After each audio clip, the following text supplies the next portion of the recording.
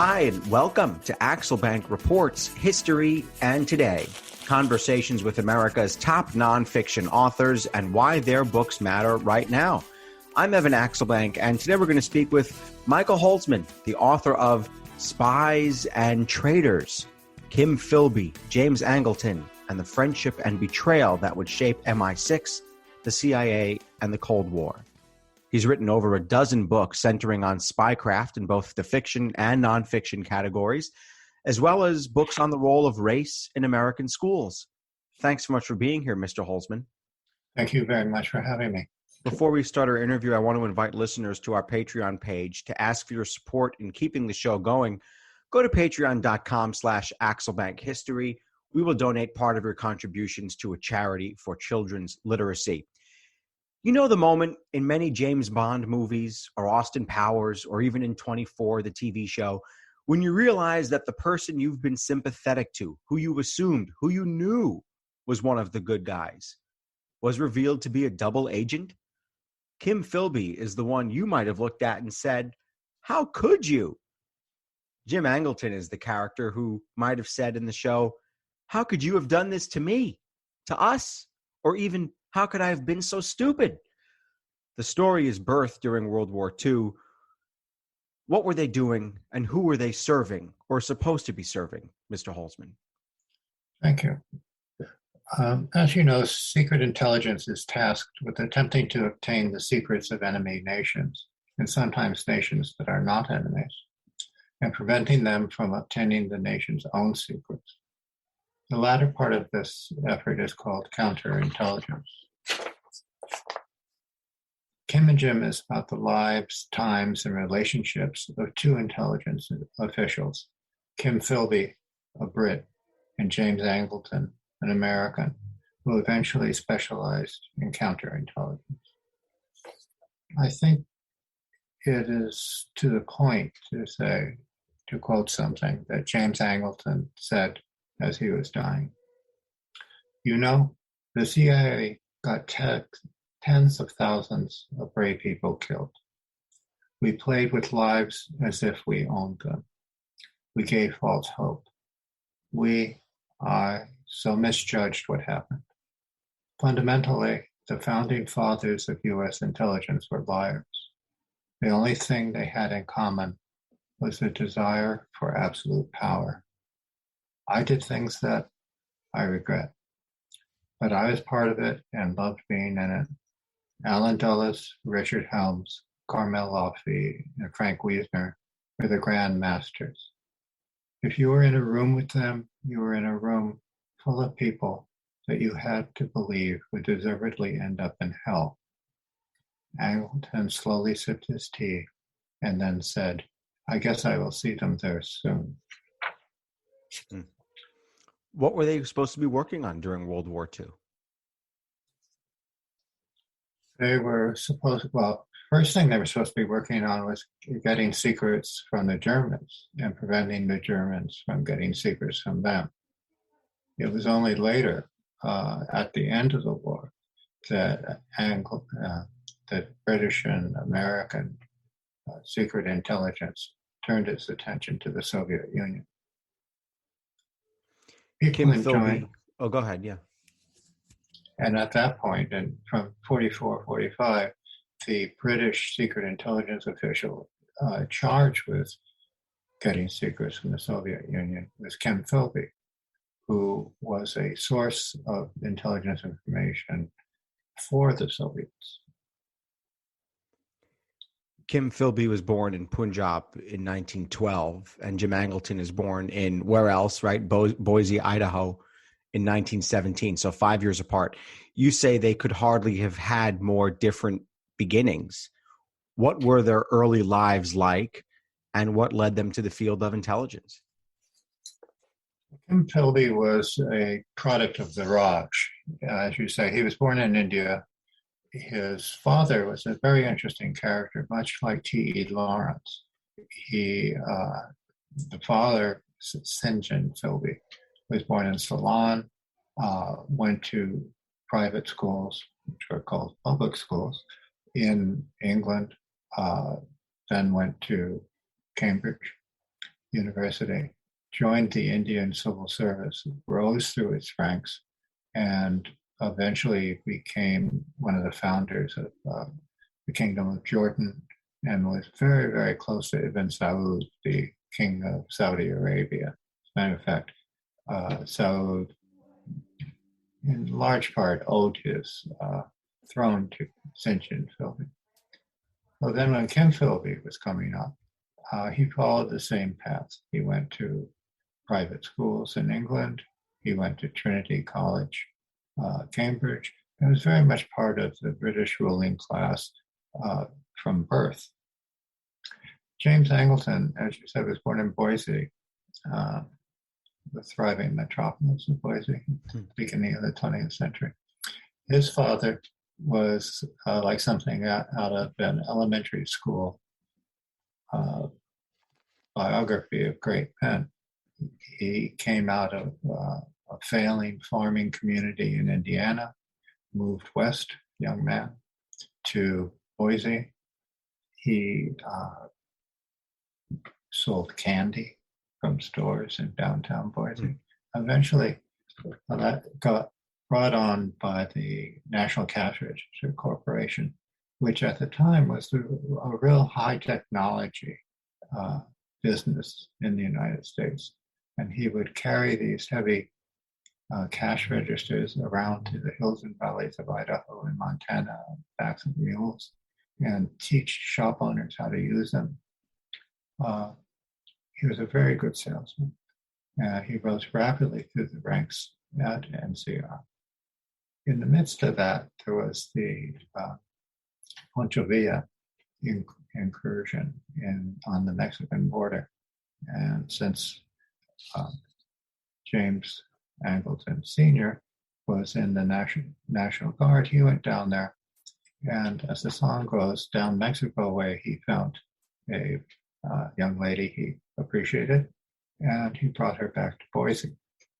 So James Angleton we're talking about was what in California are called a Chicano. He was half Mexican and half Anglo. As his father rose through the ranks of NCR, he eventually became a vice president. And when the Depression hit, he was sent to Europe to see what was going on with the branches there. He looked at the branch in Italy, and I'm not quite sure how this worked out, but in any case, he said, "Oh, this is good," and he took over the NCR franchise for Italy and ran it pretty much as his own company. The family moved to Milan, where they lived in a palace, and the father was perhaps one or two most important American businessmen in Italy. This was during the fascist period. So James Angleton starts school in Boise, goes to school in Dayton, which was the headquarters of NCR, and then is privately taught in Italy. And his father then sends him to England, where he attends a private school, not as good as the one that Philby attended. What can we glean from Kim Philby's early biography that leaves clues to he could be a double agent someday? Yes, well, his father didn't like the empire. Although he was a proconsul first in Iraq and then in Jordan, he became more and more identified with the Arab cause, again like T.E. Lawrence. And he must have imbued this in his son. Another factor is that Kim Philby was in college, Cambridge, Trinity College, Cambridge University, as the Depression got worse and worse. And more people in Britain at that time were starving. Miners were spending all day in bed because they didn't have the energy to get out of it. There were hunger marches. And it became pretty clear that the system that was running the country, running the empire, didn't care much for most of the people who lived there. A lot of the undergraduates at Cambridge at the time, and particularly a group at Trinity College, decided that it would be best to join the Communist Party and see if the system could be overcome. I think that it needs to be understood that joining the Communist Party in the 30s did not mean becoming loyal to the Soviet Union. The largest communist party in the world at that time outside the Soviet Union was the German Communist Party. And there were strong communist parties everywhere, and it was seen as an international movement. So Kim Philby and his friends, Guy Burgess, Donald MacLean, Anthony Blunt, joined units of the Communist Party at the university. And Philby became more and more involved with this. He went on a series of trips to the European continent. He saw the rise to power of Hitler in Germany. And eventually he married a young lady from Vienna, and she put him in touch with people who knew how to deal with young men who were idealistic. And they said to him, look, you can become an overt member of the party and do good things, sell the newspaper on street corners, or you can do something more interesting. Well, why don't you go back to your friends in Cambridge and say, I've seen the light, I've become a fascist. And so he did that. And once you do that, once you go underground, you're underground. What do you think his motivation was? Well, what he says his motivation was, and I have no reason not to believe this, was to make a better world, for, well, at that time were called the workers, but he would also mean for people in the colonies. The situation in India, which his father could have told him about, was very, very bad for 99% of the population there, which culminated during the Second World War in a deliberate famine imposed by Churchill in Bengal, in which 3 million people died of starvation. And that was not particularly outside the bounds of how things operated. That was part of his motivation.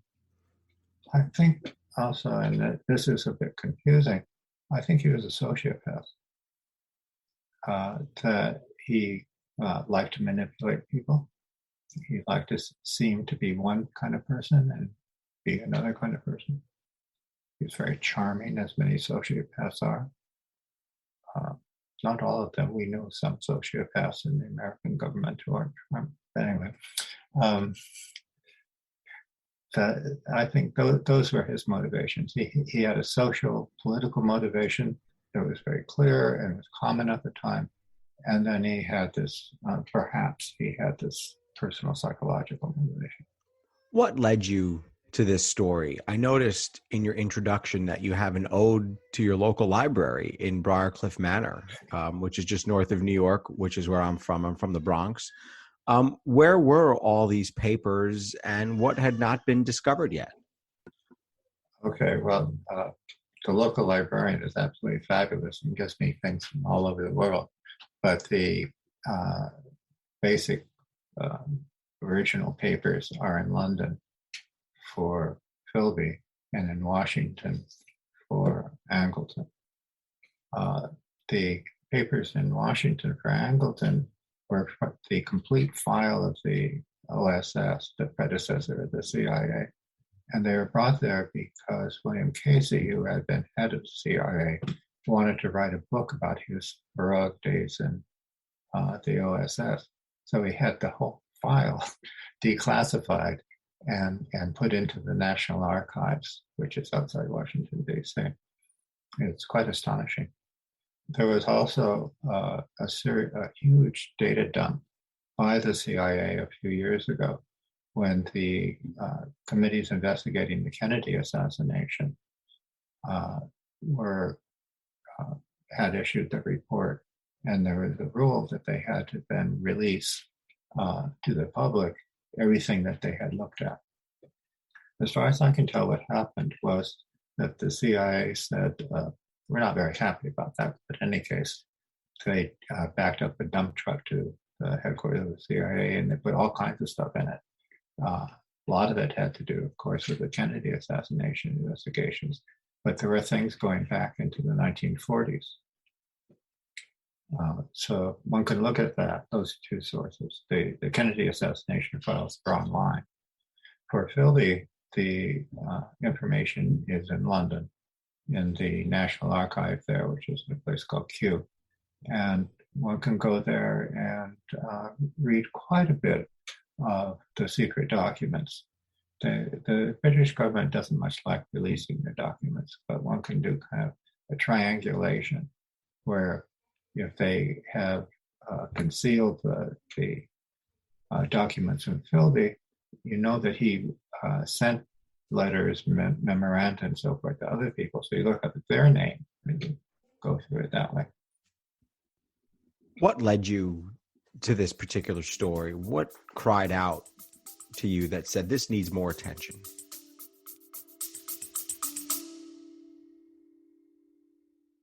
Baking from our childhoods just sticks in the memory, doesn't it? We never set off on holiday without piles of Tupperware. And there'd always be Bakewell slice, flapjacks, and tray-baked scones in the boot. Do you not do that, Lisa? No. Sadly, I do not stack the Tupperware in the back of the car when we go off on holiday. Oh. Welcome to Small Ways to Live Well, a new podcast from the Simple Things magazine. Season 2 is a pick-me-up tonic that helps us make the shift from winter to spring. A 6-week suggestion box full of things to note, notice and enjoy about the season. Search for Small Ways to Live Well on your podcast app.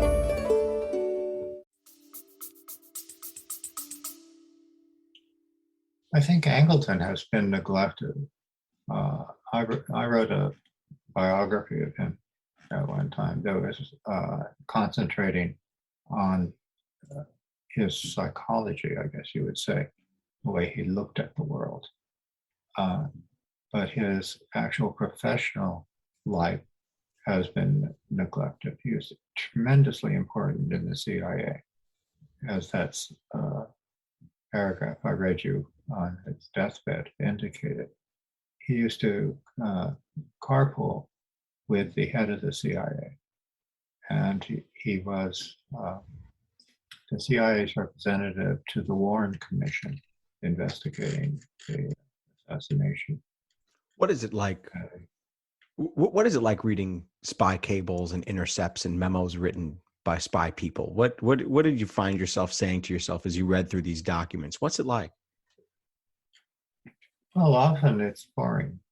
At one point in Angleton's career, he was in Italy, and his job was to interview people who had come through the lines, the military lines between the German and American forces. And you can sit at a desk in the National Archives in Washington and read hundreds of these things. Other times it can be very exciting, or just kind of, really? In the JFK assassination data done, I came across a contract which was from the CIA to an Italian, I think, saying, we'd like you to be an agent for us, and we'll pay you this amount a month. And if you're killed, please give us your next of kin so that we can give them some money to make things better for them. I was astonished. There's nothing in Le Carré about agents having contracts.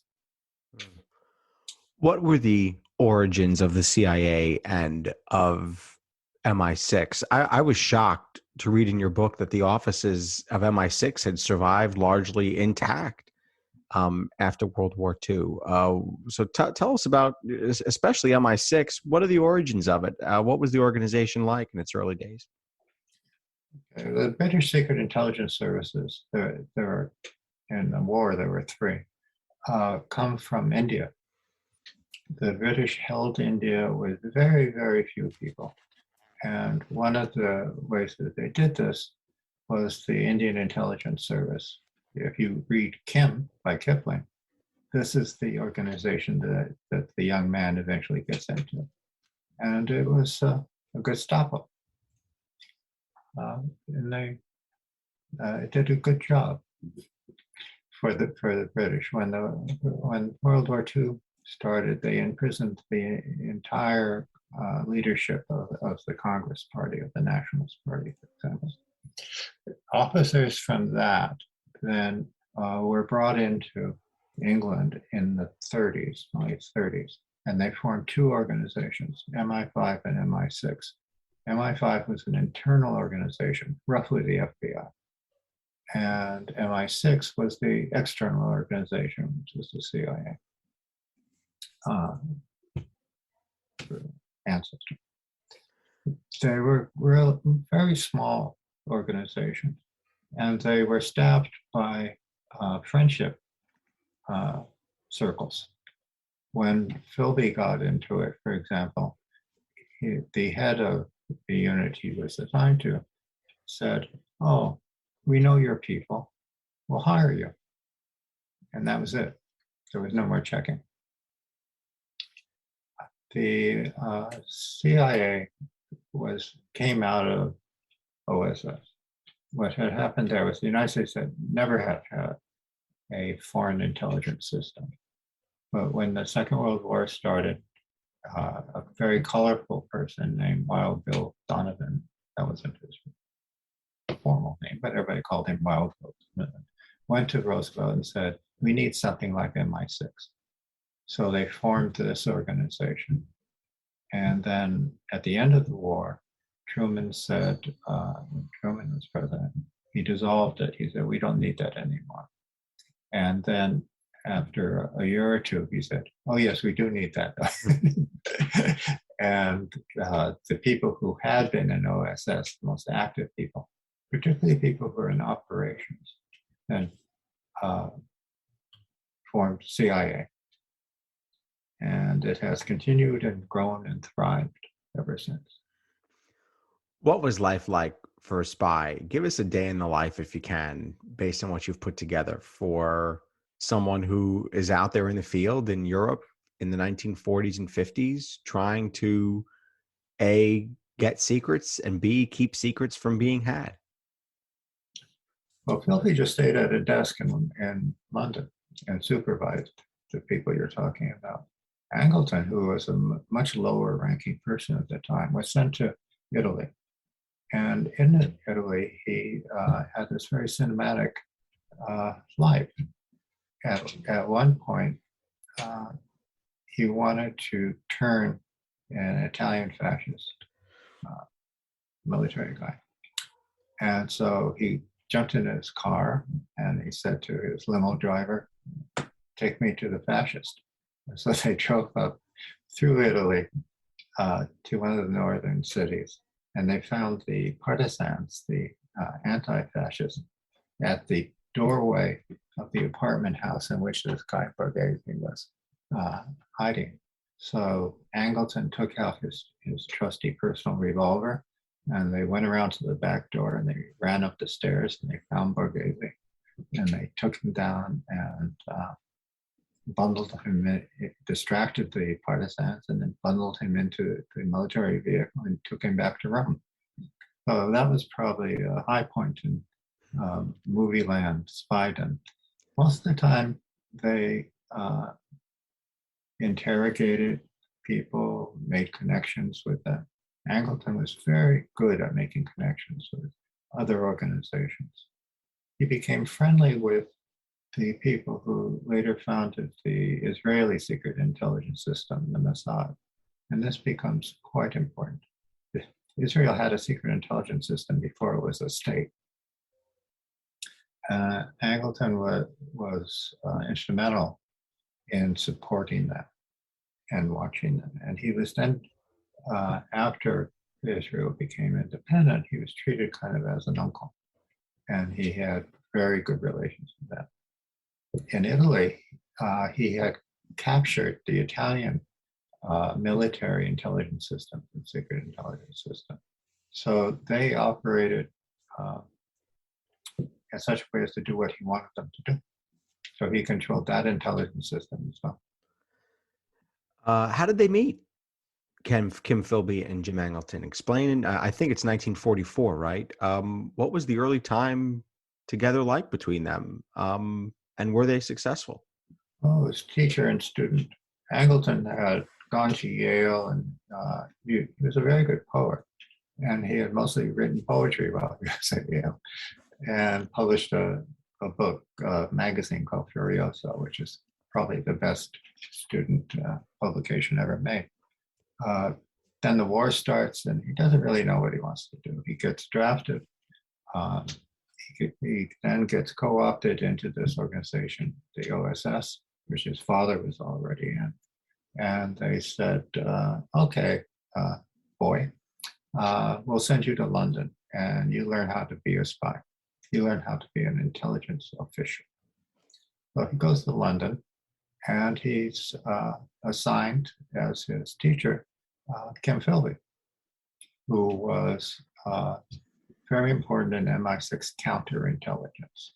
Counterintelligence is the discipline of trying to figure out what the other guy's intelligence system is doing.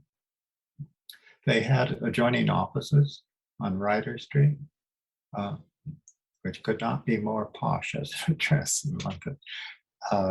And Philby taught him everything he thought that Angleton should know. And then when he thought he had learned enough, Philby and the OSS people sent Angleton to Italy, as I said, and Philby unofficially continued to supervise and support Angleton in Italy from his position in London as head of, as important in counterintelligence. You say that in the 1950s and 60s, there were numerous intelligence disasters that, in hindsight, Angleton realized that the KGB had been along for the ride each time.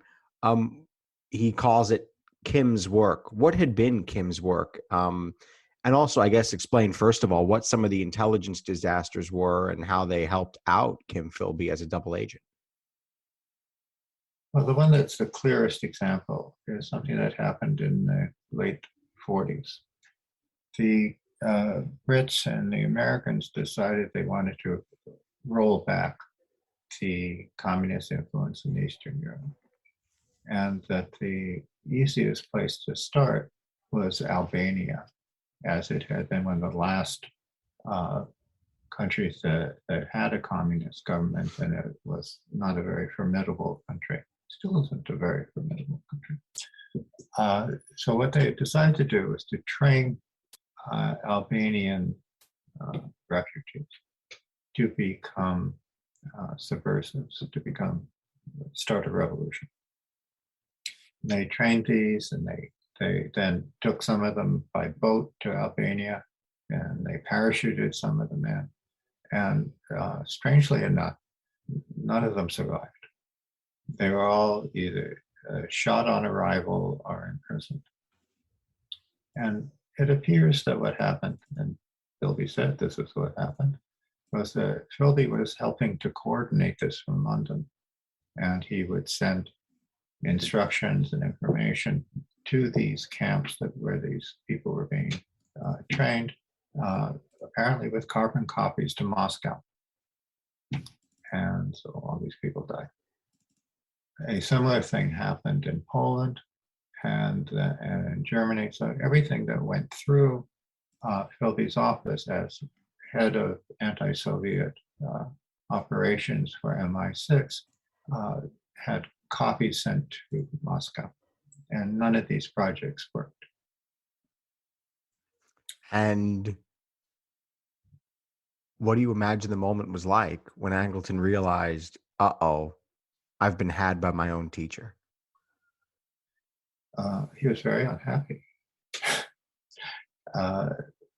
What had happened, the way that Philby was first revealed was that there was an American project, Anglo-American project called Venona, where a cache of Soviet cables from the Second World War, which were encoded in such a way that they're impossible to read, were broken because there had been some carelessness to this. And they got the Americans and British who were working on this got some names out of this, just fragments. And one of those names was Donald McLean, who was Philby's friend. It didn't take long to realize that if Donald McLean was a Soviet source, then his friends were probably implicated. And they went to Philby and they said, hey, old man, are you also a Soviet source? And Philby said, oh, no, how could that be? That's completely a lie. And they couldn't break him because part of his profession was to break people, and he knew all the tricks. And they said, well, old man, I think you should retire. So they expelled him. But they didn't convict him of being a spy. They didn't say it was certain. Angleton was certain. When Philby, after a while, got taken up again by his good friends in the MI6 and placed as a reporter for The Economist and The Observer in Beirut, Angleton set to work to catch him.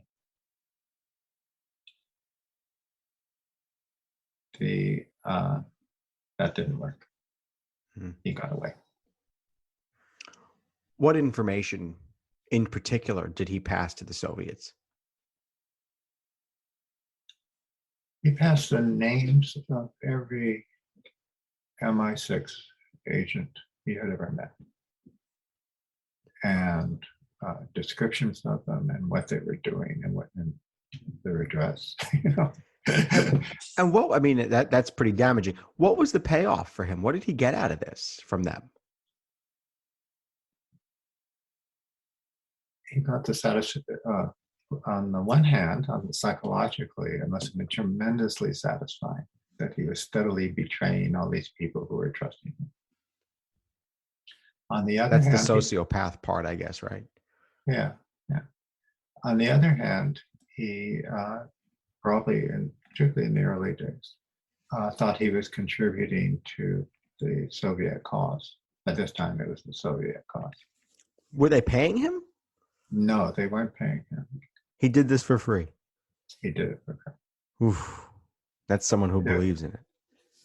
There are, I think, three kinds of people that are called spies. There are government officials. Angleton was a government official with the Central Intelligence Agency. He was what's called a GS. He was a GS-15. Philby was a government official with MI6. That means you have pension rights and you have to keep track of your annual leave and all that kind of thing. The other kinds are agents. And agents are, as I said earlier, with the contract, people who are paid. They're like consultants or something. So they have a contract, they're going to be paid this much for doing these things. Those are agents. The third kind that's important are sources. And sources are people from whom officials or agents get information. And sources can be witting or unwitting. So the Soviets in particular, and I'm told that CIA people also, will go to a cocktail party in an embassy and say, hey, old man, what's going on with your operations in this country? And the person will say, well, I can't tell you anything about that. And then the agent or the official will file a report saying, my source says, this. People confuse those things. Philby and his friends were never agents. They were always sources. And they were volunteered as sources.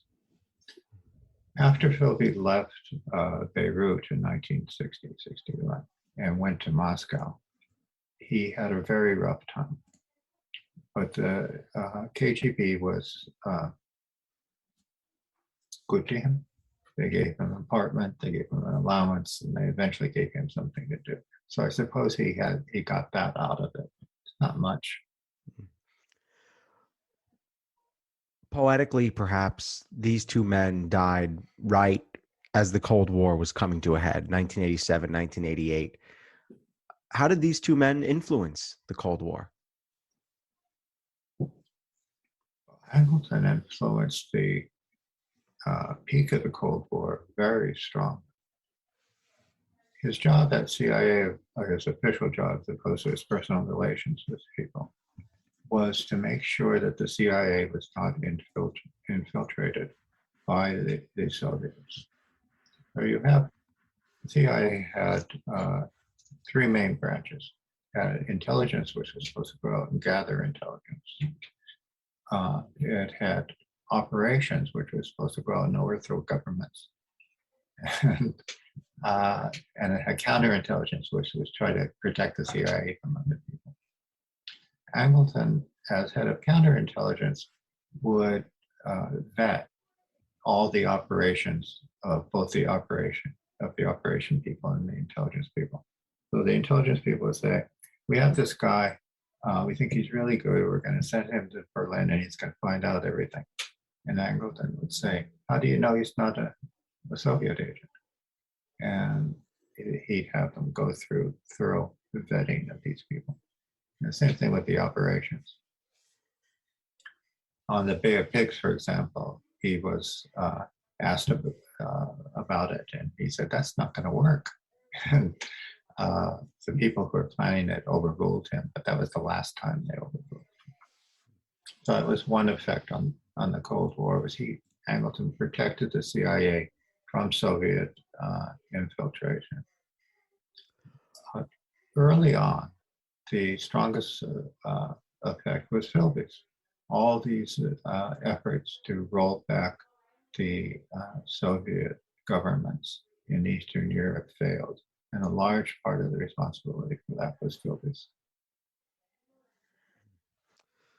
I guess when you pass the names of everybody working against you, it's tough to work against you. Go ahead, yeah. Now, what can we learn about the way from this story? What can we learn about the way the KGB operates, particularly in light of what we've seen the last half dozen years, interfering in elections, interfering on social media, the long game that they seem to play against the United States and against American interests? They're always looking to take the American empire down, almost like they're obsessed. What can we learn about that based on this story? Oh, that started in Soviet days. They were doing that almost from the beginning. It's partially, the Brits were doing that against the Soviets, and I think the Americans were doing that against the Brits. This is something, clash of empires. And I would imagine it'll go on and on. And the Russians are very, very good at it. And they seem to be getting better at it, as a matter of fact. So there's two. The issue is, why are they doing it? Well, they're doing it because they want to protect their country, and to do that by weakening other countries that they see as a threat. And we are certainly doing that. If you look at the so-called color revolutions that occurred at the time of the fall of the Soviet Union, who benefited? You say the lasting influence of a charismatic teacher has become a cliche in terms of storytelling. Why do you think that has such resonance with so many people, and how should we amend that cliche to make it more effective and more relevant?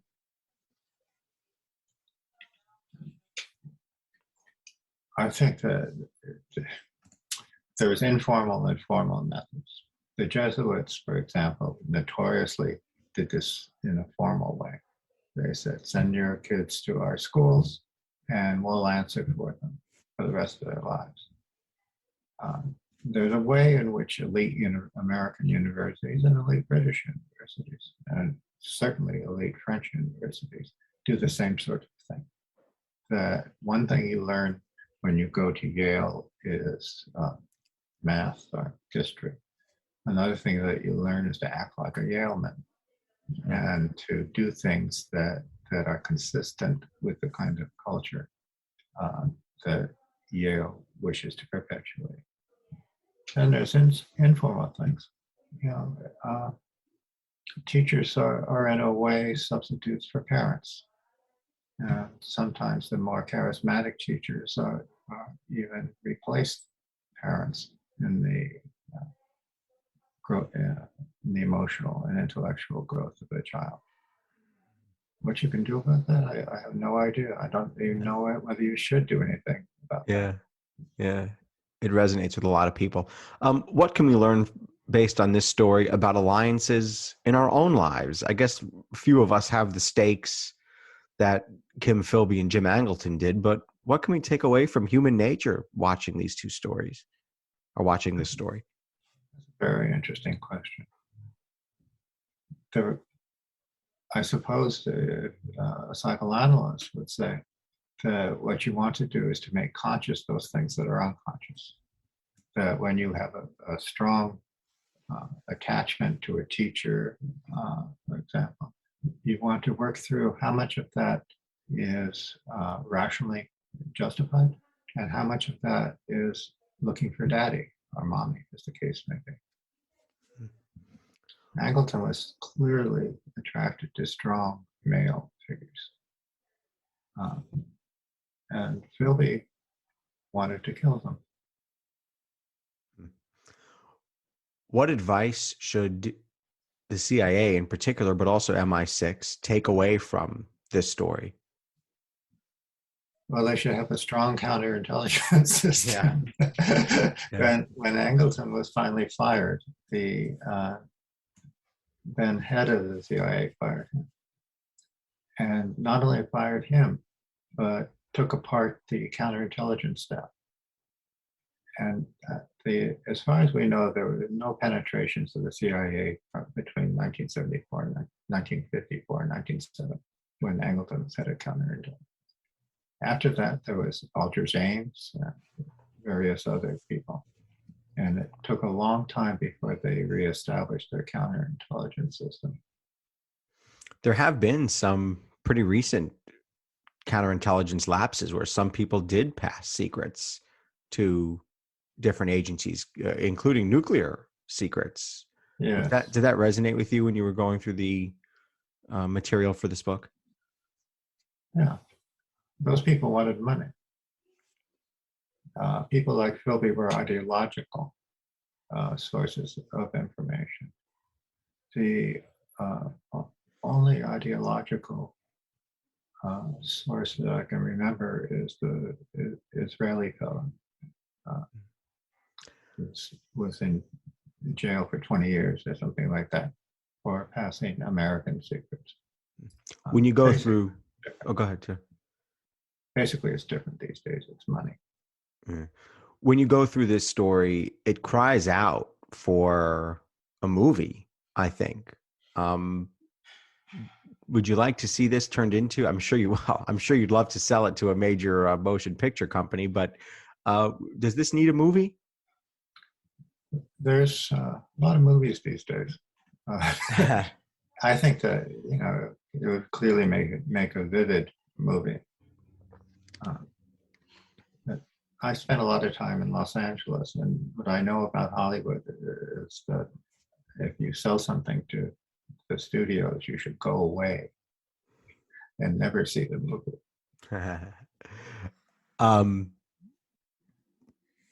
What story do you want to tell next? What characters out there, what situations out there do you think cry out for this kind of exploration and examination? I'm working on a big project that isn't about this, but when I'm finished with that, I think it would be interesting to do something about a man named Frank Wiesner, who was in OSS and eventually became head of the operations part of the CIA, the part that was trying to overthrow governments and so forth. When he was in OSS, he was assigned to go to Bucharest. And at the time, in 1944, Romania had a very small aristocracy and then peasants. And he, I believe, became intimate with some of the Romanian aristocrats. And that this then influenced the way that as he became more and more powerful, he acted in Eastern Europe. There's a story that during the 1956 Hungarian uprising, he went to the Austrian-Hungarian border and watched the refugees come across. And it is said that as a consequence, he had a nervous breakdown from that. I think that's a pretty colorful story. Michael Holzman bringing us one colorful story after another. The author of Spies and Traitors, Kim Philby, James Angleton, and the friendship and betrayal that would shape MI6, the CIA, and the Cold War. Thanks so much for being with us. Thank you for having me on the show. His book is available now from Pegasus Books. I want to invite listeners to our Patreon page to ask for your support in keeping the show going. Go to patreon.com/AxelBankHistory. We will donate part of your contributions to a charity for children's literacy. Thank you for listening to Axelbank Reports, History, and Today. Conversations with America's top nonfiction authors and why their books matter right now. Check us out on Facebook, Twitter, and Instagram at Axelbank History. We update those with clips from the show, guest announcements, and book recommendations. See you next time. Thanks.